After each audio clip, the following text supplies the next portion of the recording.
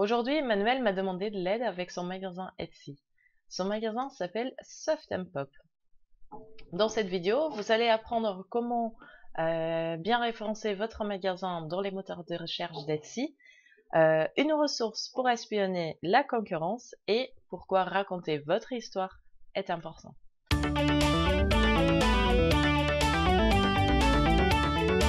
Tout d'abord, on constate que sur le magasin d'Emmanuel, Soft & Pop, on voit très bien l'entête qui est très jolie et qui est d'ailleurs le même que sur son blog, ce qui est très bien parce que du coup on garde une image cohérente entre le magasin et le blog. Donc on va constater qu'on est au même endroit et qu'on est toujours dans le magasin de la même personne.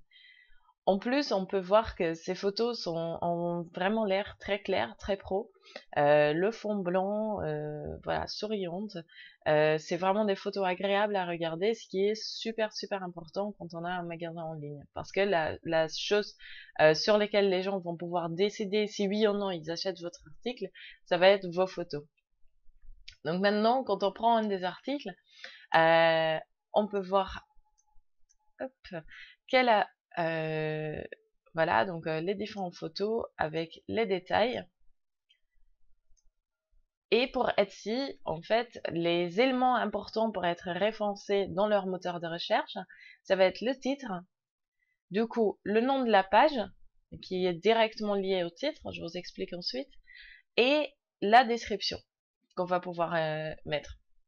Donc ici, on voit que Emmanuel a choisi de l'appeler Crusted Chunky Coal Infinity Scarf Purple. Ce qui fait que du coup, sa page s'appelle aussi Crusted Chunky Coal Infinity Scarf. Donc maintenant, c'est à vous de savoir comment les gens cherchent votre article. Donc c'est-à-dire, est-ce que les gens vont taper Crusted Chunky Coal ou est-ce qu'ils vont taper autre chose dans le moteur de recherche pour trouver votre article? Ça vraiment, il faut connaître votre client, il faut connaître votre produit et il faut savoir comment les gens cherchent sur ce moteur de recherche là. Donc est-ce que le plus important c'est la couleur? Est-ce que le plus important c'est les matières? Est-ce que c'est la façon où a été fait le produit ou est-ce que c'est le produit même?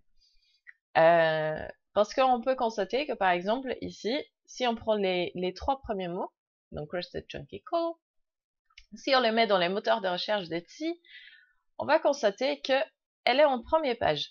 Donc, ce qui est vraiment pas mal. Par contre, est-ce que les gens tapent vraiment ces 3 mots ensemble? C'est ça la vraie question. Ensuite, ce qu'on va faire pour améliorer notre référencement, c'est que du coup, on va aussi répéter ces mots qu'on a choisis pour notre titre dans la descriptive produit.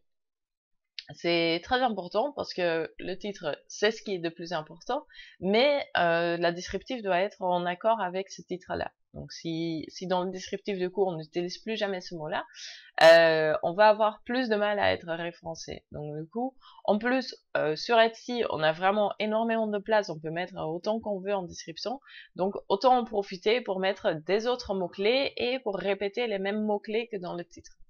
Donc je conseillerais ici de faire une descriptive plus poussée, d'écrire encore mieux l'article avec les mêmes mots-clés et de vraiment de donner envie. Donc par exemple, aussi de dire que c'est une écharpe pour femmes, ou si c'est si c'est pour les différents sexes, ou voilà, mais de décrire pour qui est l'article, pourquoi, plus de détails. Et ensuite, sur Etsy, on a aussi le droit de mettre des liens. Donc, on va pouvoir profiter du fait de mettre, par exemple, des liens vers des autres couleurs du même article ou faire des liens vers des autres produits.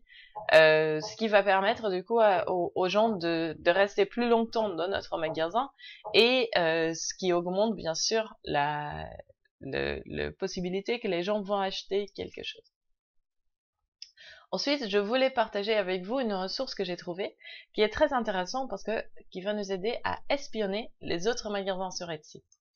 Cette ressource s'appelle craftcount.com Et en fait, pourquoi c'est super? Parce qu'on va pouvoir voir les top sellers, donc les top vendeurs par pays, par catégorie, dans le temps, ou en général pour tous les pays ensemble. Ce qui va nous permettre de voir ce que les meilleurs font et ce qu'ils font différent que nous. Donc, pourquoi c'est toujours intéressant de garder un œil sur ceux qui réussissent sur, par exemple, sur cette plateforme, c'est parce que du coup, on va pouvoir copier la méthode. Attention, je ne vous dis pas du tout de copier les produits parce que c'est du fait main et il faut justement être original, mais on va pouvoir copier les méthodes. Par exemple, quand on voit que les 10 meilleurs vendeurs, ils ont tous des descriptifs de au moins 500 mots, bah, ça va peut-être nous dire de faire des descriptifs plus longs. Si on voit qu'ils ont beaucoup de liens, bah, on va mettre beaucoup de liens, ce genre de choses. Donc ça va vraiment être un devoir très intéressant de voir justement ce que font les meilleurs et comment vous pouvez l'utiliser dans votre magasin pour améliorer le vôtre. Ensuite, à ne pas oublier que quand les gens vont sur Etsy, ils sont dans une démarche de vouloir acheter quelque chose d'un créateur, de vouloir acheter quelque chose d'original. Et c'est là où en fait votre histoire devient super important parce que on veut acheter chez quelqu'un, on veut avoir l'impression de connaître un peu cette personne. Et Etsy vous permet d'avoir une partie sur vous, donc sur le shop owner. Donc ici pour Emmanuel, on peut voir qu'en fait elle n'a pas vraiment rempli cette case-là. Elle a juste mis le strict minimum, mais je conseille quand même vraiment d'écrire votre histoire.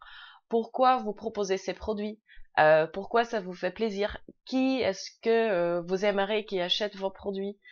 Pourquoi vous les faites? Donc c'est vraiment répondre à ce genre de questions qui va donner l'impression à l'acheteur de vous connaître un peu et du coup ça va donner envie d'acheter parce que on se sent plus proche et on a un peu cette connexion même si on se connaît pas réellement. Le fait de raconter son histoire et de dire le pourquoi du comment du produit ou du magasin en tout cas, ça va vraiment créer cette connexion et du coup ça peut être la raison pourquoi ils achètent dans votre magasin plutôt que dans un autre. Et ensuite, dernière deux choses que j'aimerais dire qui sont très importantes sur Etsy. La première, c'est les favoris et les followers. Donc en fait, sur Etsy, c'est une communauté. Et on va pouvoir mettre des produits en favoris, on va pouvoir suivre des personnes, suivre des autres magasins. Et pourquoi c'est important? Parce qu'au moment qu'on le fait, la personne va avoir une notification comme quoi on a mis en favori ou qu'on suit les produits. Et du coup, ça va permettre d'avoir plus de visibilité pour notre magasin aussi.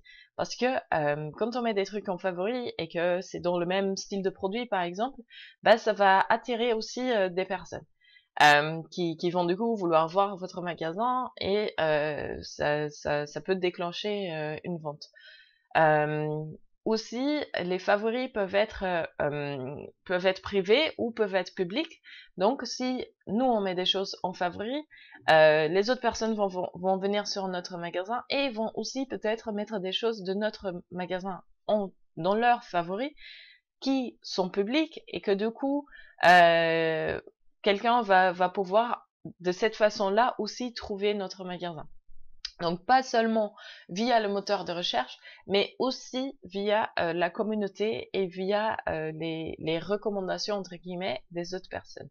Donc suivre les personnes et mettre des produits en favoris, c'est très important sur Etsy parce que très souvent c'est aussi les vendeurs qui vont acheter ou voilà. Ensuite, dernière chose, c'est que quand on est sur le web, en fait, on va créer une toile. Et ce que je veux dire par ça, c'est que on va avoir plusieurs endroits où on va publier. Donc on va avoir notre page Facebook par exemple, on va avoir notre blog, on peut avoir un compte Instagram, Pinterest, YouTube, voilà. Et on va choisir le noyau de cette toile-là.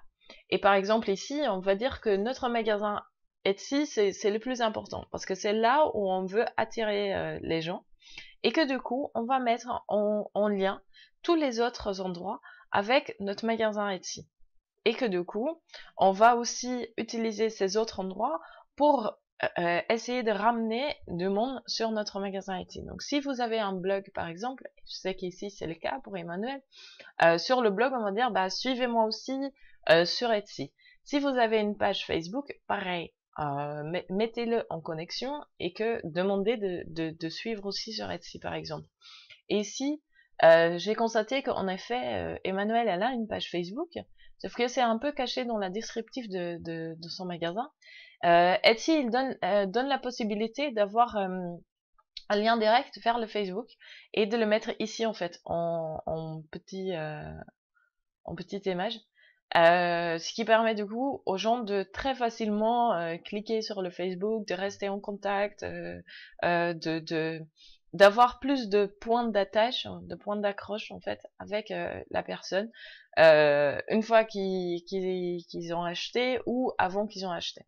Donc ça va être très important de le faire. Voilà, j'espère que vous avez appris quelque chose et que vous allez pouvoir l'utiliser pour améliorer votre magasin Etsy.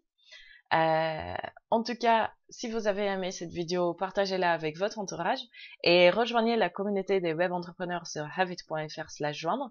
Un petit cadeau de bienvenue vous attend. Je vous retrouve là-bas. À très bientôt. Au revoir.